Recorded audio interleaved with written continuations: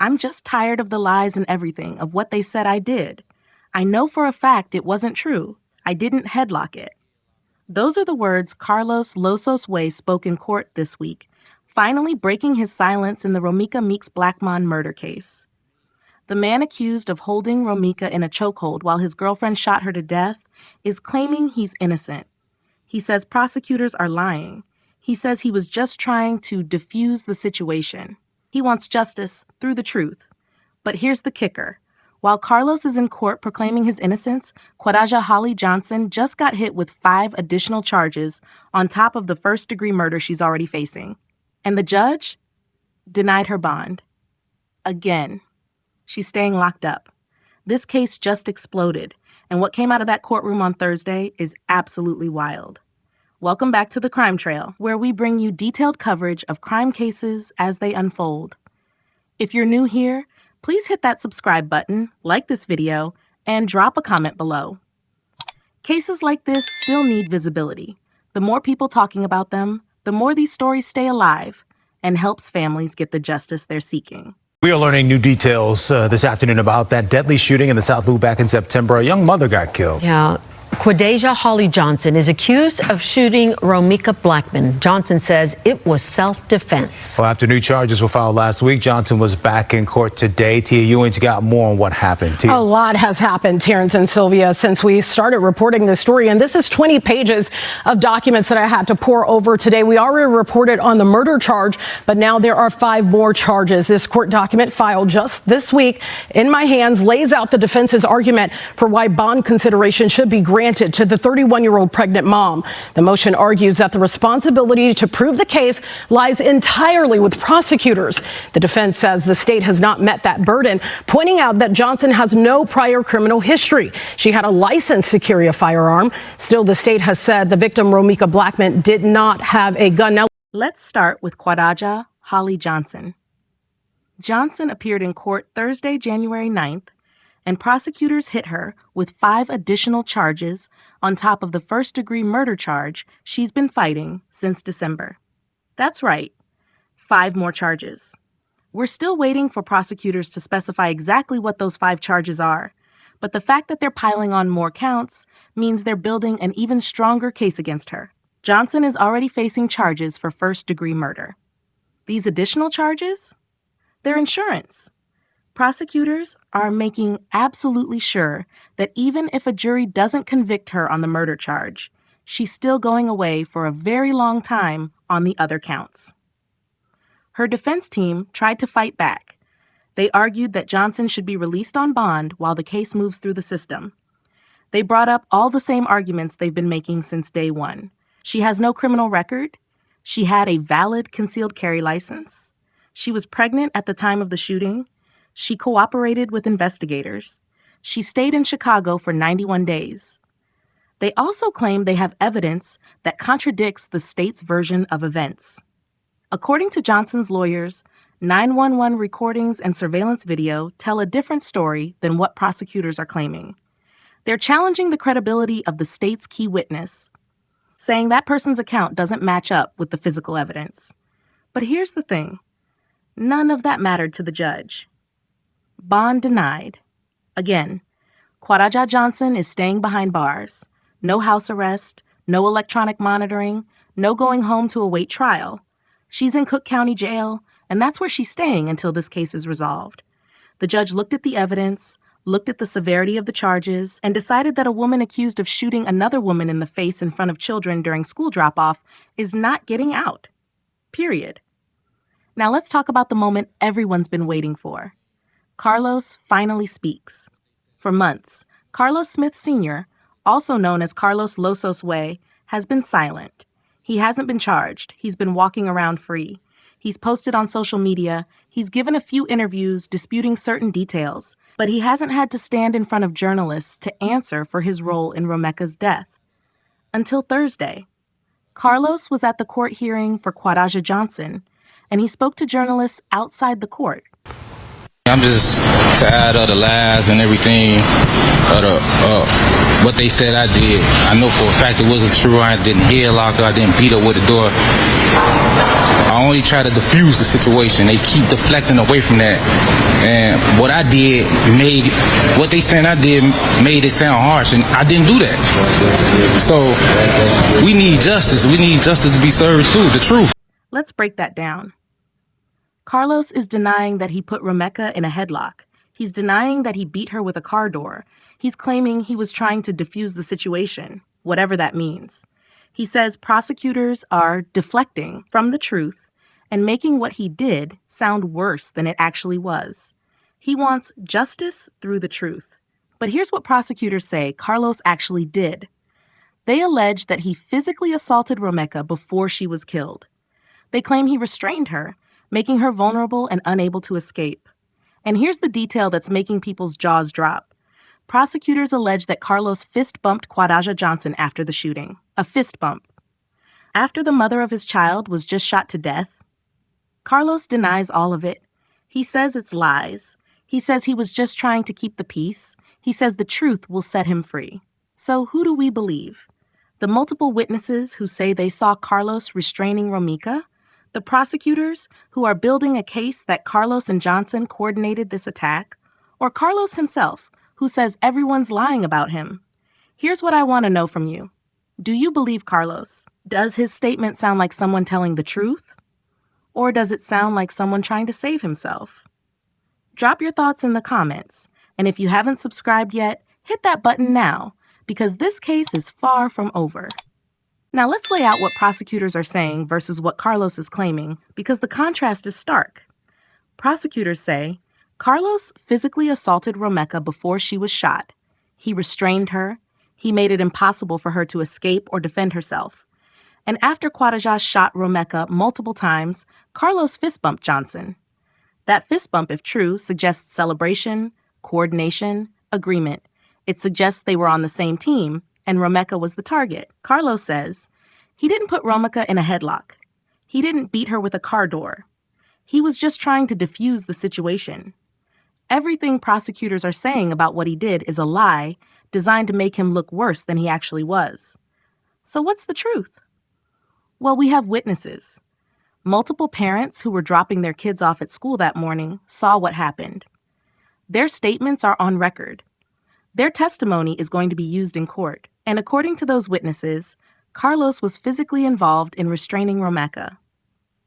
We also have Johnson's own actions that morning. According to the evidence, she went to the car, retrieved a firearm, came back, and shot Romeca multiple times. She paused between shots, a detail that prosecutors say proves this wasn't panicked self-defense, but a calculated execution.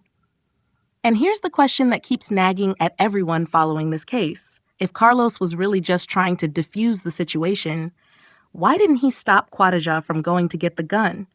Why didn't he step between them? Why didn't he call 911? Why didn't he try to save Romeca after she was shot? Because according to prosecutors, Carlos didn't do any of those things. Instead, he allegedly fist-bumped the woman who just killed the mother of his child. Johnson's defense team is not going down without a fight. They're challenging everything. First, they're saying the state's key witness isn't credible. Now, we don't know who this witness is, whether it's one of the parents who saw the shooting, whether it's someone connected to Romeca or Carlos, or whether it's someone else entirely. But Johnson's lawyers are saying this person's testimony can't be trusted. They're also pointing to 911 recordings and surveillance video that they claim tell a different story. What that story is, they haven't fully revealed yet. But the implication is clear.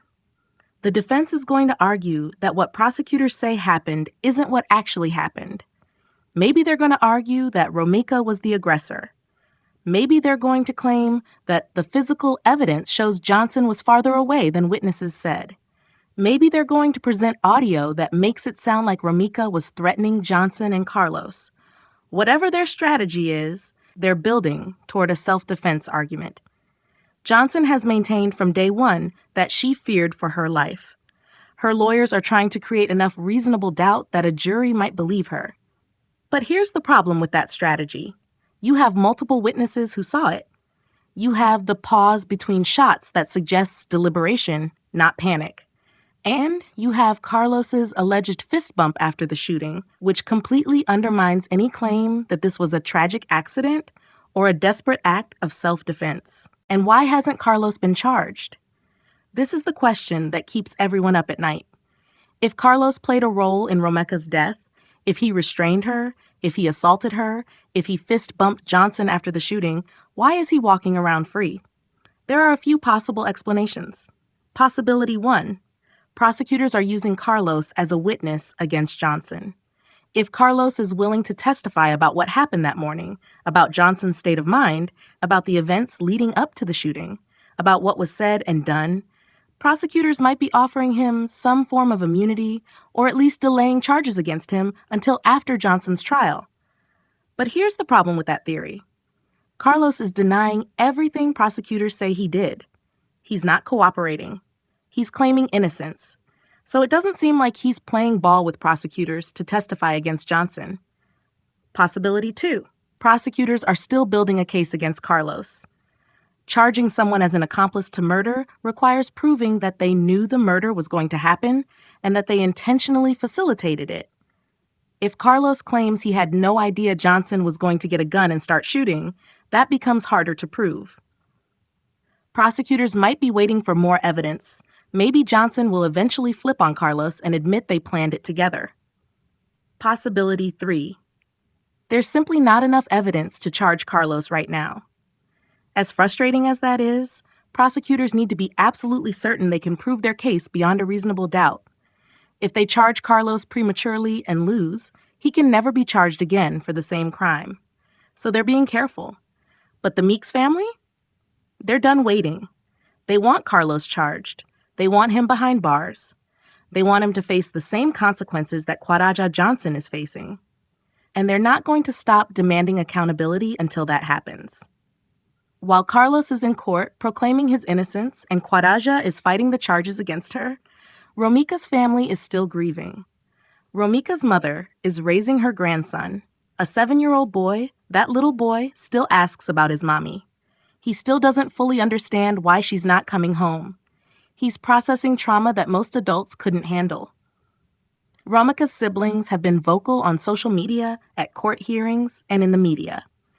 They're keeping her memory alive. They're demanding justice. They're making sure that everyone knows Romeca was more than a victim. She was a loving mother, a devoted daughter, a caring sister, and they're furious that Carlos is still walking free. Quadajah Johnson's next court appearance is scheduled for February 3rd. That's when we'll get more details about those 5 additional charges, what the trial timeline looks like, and whether the defense has any new evidence to present. If Johnson's lawyers really do have surveillance video or 911 recordings that contradict the state's case, February 3rd might be when they start presenting that evidence to the judge. They'll need to convince the court that there's enough reasonable doubt to either get the charges reduced or to get Johnson released on bond while she awaits trial.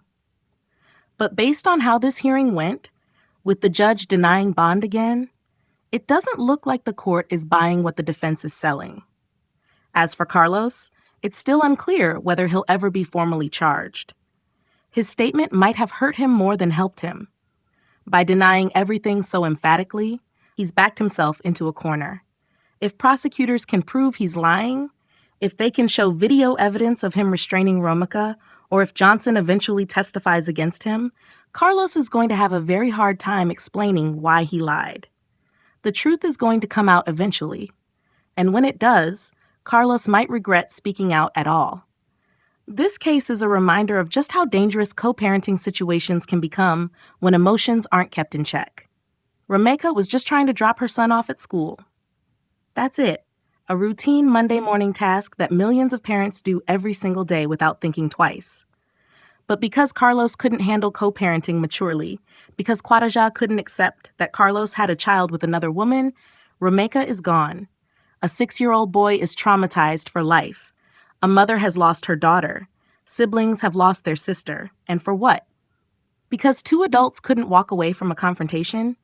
Because they chose violence over communication? Cases like this are why experts recommend supervised custody exchanges, public locations with security cameras, and neutral third-party drop-offs for high-conflict co-parenting situations. Romeca probably thought a school drop-off was safe. Public. Lots of people around. Who would be reckless enough to start violence there? She learned the answer the hard way. Here's what I want to know from you. Do you believe Carlos's story? Is he telling the truth about just trying to defuse the situation, or is he lying to save himself from being charged as an accomplice? What do you think those 5 additional charges against Johnson are? Assault? Weapons charges? Or something else? Will Johnson take a plea deal, or is she going to take this case to trial? And if she goes to trial, do you think she has any chance of winning with a self-defense argument? Should Carlos be charged as an accomplice to murder? Does his role in allegedly restraining Romeca make him just as guilty as Johnson? Drop your thoughts in the comments. I want to hear what you think about Carlos's statement and where this case is headed. Also, hit that subscribe button and turn on notifications so we get to talk about the February 3rd hearing or any updates about whether Carlos will finally be charged. Share this video. Let people know what Carlos said at court. Let them hear his side of the story and decide for themselves whether he's telling the truth or trying to avoid accountability. See you at the next court date.